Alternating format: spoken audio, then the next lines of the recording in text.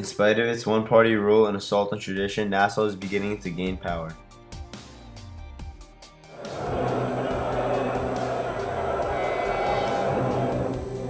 There was fresh fighting near Gaza, reminding the world of Arab-Israeli tension and the fate of the Palestinians. To avoid humiliation, Egypt needed to find a source of weapons.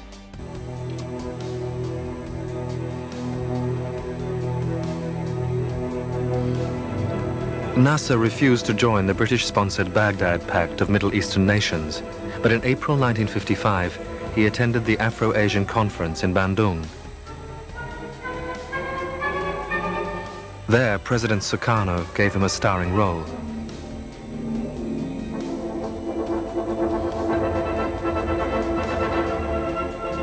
Nehru, at the height of his fame, advised non-alignment. As for weapons, Zhou Enlai advised Nasser to seek Soviet help. The deal was done. The USSR increased its influence in both Cairo and the Middle East. June 5th, 1967, 7:45 a.m. Israel delivers a stunning opening blow in the Six-Day War. Within a few hours, the Israeli airstrike has devastated the Egyptian Air Force. Fighting on 3 different fronts against the combined might of 3 Arab armies, Israel would win a war in the space of just 6 days. How did this tiny nation achieve one of the most astonishing victories in the history of warfare? Eyewitness testimony, unique access to secret military plans, and weapons testing reveal the extraordinary story of how Israel won the Six-Day War.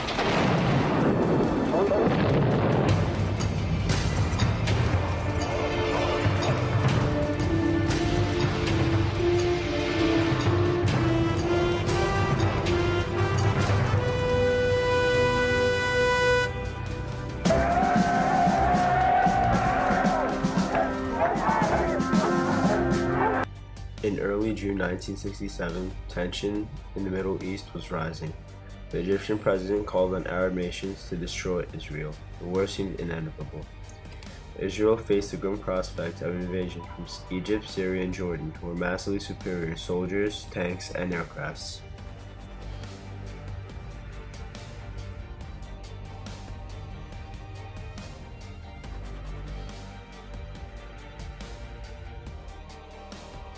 Israel is viewed not only by themselves, but by the rest of the world as a scrappy little nation on the very edge of survival. From June 1956, Soviets supplied Egypt with Czech-made weapons.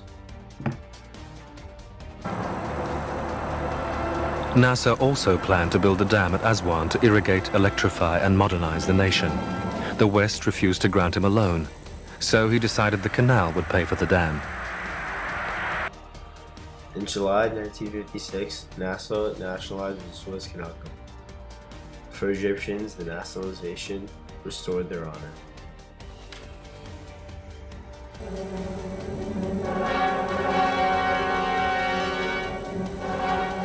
In London, the British and French proposed that the canal be declared international. Nasser rejected this attempt at international colonialism.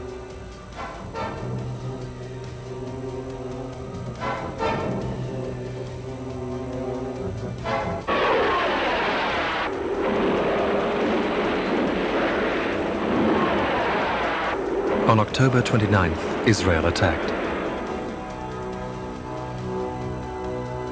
For the Israelis, the nationalization and Egypt's rearmament were too much. 2 days later, the British and the French launched their own attacks, supposedly to stop the Israeli-Egyptian conflict.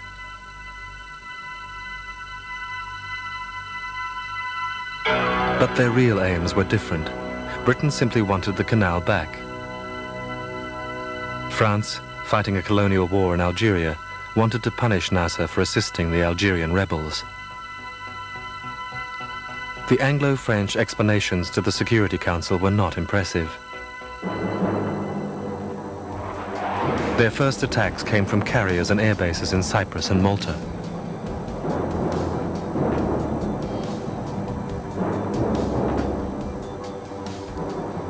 The Israelis seized the Gaza Strip, further humbling an already humiliated people.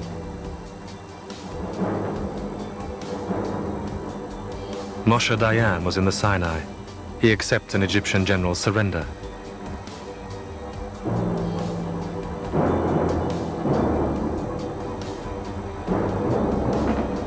Israeli soldiers proudly displayed captured Soviet material.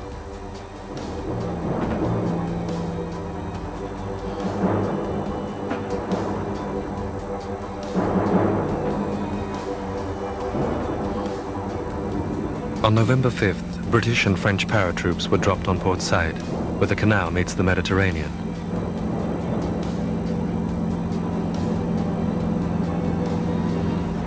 A seaborne invasion followed.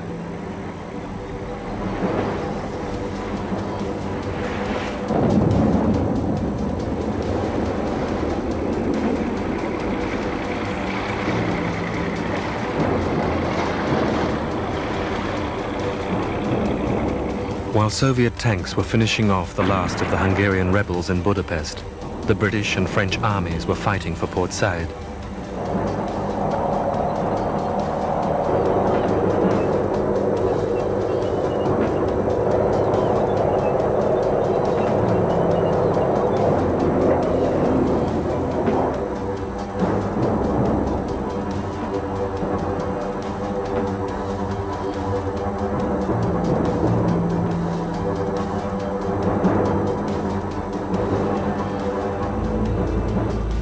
The Egyptians replied by scuttling ships to block the canal entrance.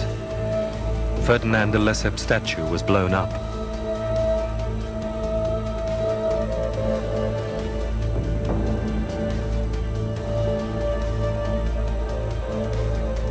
The last drop of French paratroops exasperated the United States and fed Soviet propaganda in the Middle East.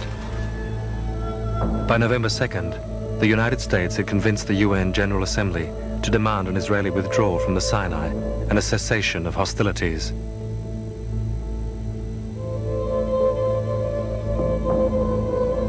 Golda Meir agreed. The British and French had no choice but to agree as well. A UN peacekeeping force arrived to separate Egypt and Israel in the Sinai.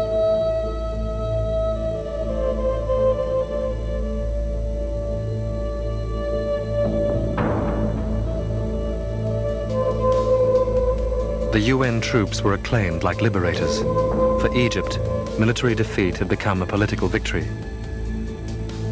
The Israelis evacuated.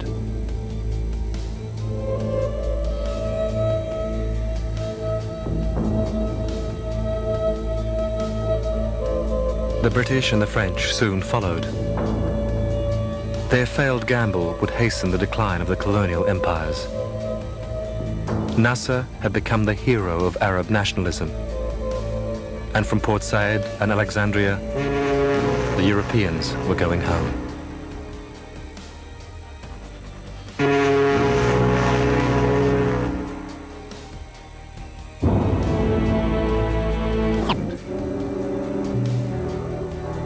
General Qassem was executed in February 1963 after a Ba'athist coup in Baghdad. The new president was Abd el-Salam Aref, but he leaned towards Nasser and soon purged the Ba'athist elements from his regime. In spite of this, the Ba'ath party came to power that March in neighboring Syria. Salah Bitar, the Syrian prime minister, prudently re-entered Nasser's fold. After disturbances and political unrest in June 1963, the Shah of Iran expelled the Ayatollah Khomeini, and he majestically received General de Gaulle in October. With his oil wealth and American support, the Shah wanted Iran to become a strategic focal point from its frontiers on the borders of the Soviet Union and Iraq to the mouth of the Persian Gulf.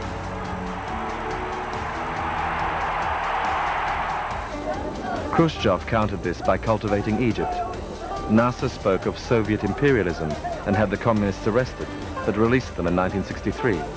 In May 1964, he greeted Khrushchev in Alexandria before traveling to the Aswan to open the first stage of the Great Dam.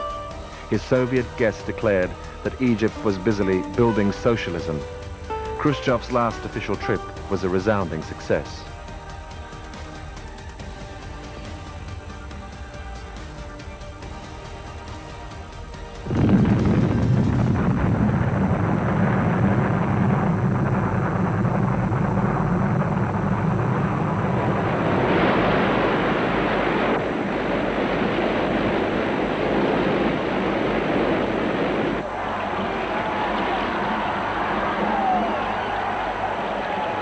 The waters of the Nile were rerouted. Whole Nubian populations had been displaced, and the ecological effects were unknown. But Egypt was counting on an increase in irrigation and an abundant supply of electricity, and Nasser needed a success to deal with the resurgent Muslim Brotherhood.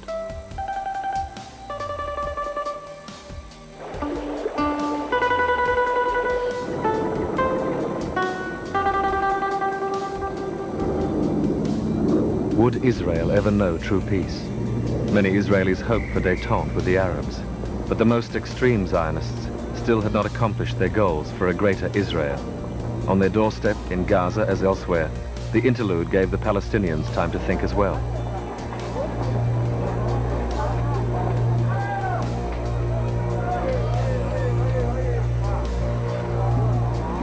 The Palestinian Liberation Organization was founded.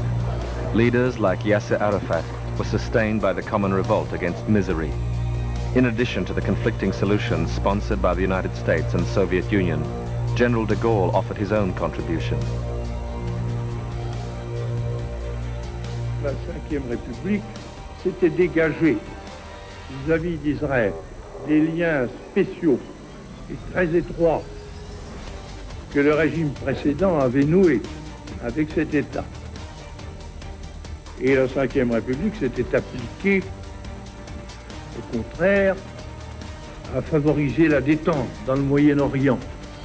D'autre part, une fois mis un terme à l'affaire algérienne, nous avions repris, avec les peuples arabes d'Orient, la même politique d'amitié et de coopération qui avait été, pendant des siècles, celle de la France dans cette partie du monde. Bien entendu, nous ne laissions pas ignorer aux Arabes que pour nous, l'État d'Israël était un fait accompli et que nous n'admettrions pas qu'il fût détruit. Nasser made a show of his Soviet weaponry to hide his economic and political difficulties, but constant Arab bickering, Palestinian terrorism, and Israeli raids against Syria exasperated everyone. In May 1967, a parade in Israel commemorated the creation of the state. Nasser asked for the UN troops on the Egyptian side of the border with Israel to be withdrawn. General Secretary U Tant agreed.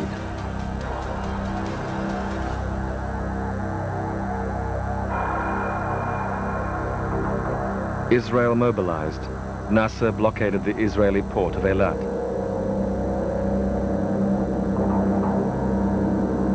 King Hussein of Jordan signed a defense pact with Egypt. Pour éviter les hostilités, la France avait, dès le 24 mai, proposé aux trois autres grandes puissances d'interdire, conjointement avec elle, à chacune des deux parties d'entamer le combat. Le 2 juin, le gouvernement français avait officiellement déclaré qu'éventuellement il donnerait tort à quiconque entamerait le premier l'action des armes. Israel attacked on June 5, 1967. Moshe Dayan was the new Secretary of Defense. Israeli pilots, highly trained, used the element of surprise to annihilate Egyptian aircraft on the ground, then Jordan's, then Syria's. The Arabs lost 418 aircraft, the Israelis only 26. Badly informed by his intelligence services, disconcerted by both his army's deficiencies and his enemy's plan of attack, Nasser was appalled by Israel's popularity in the West.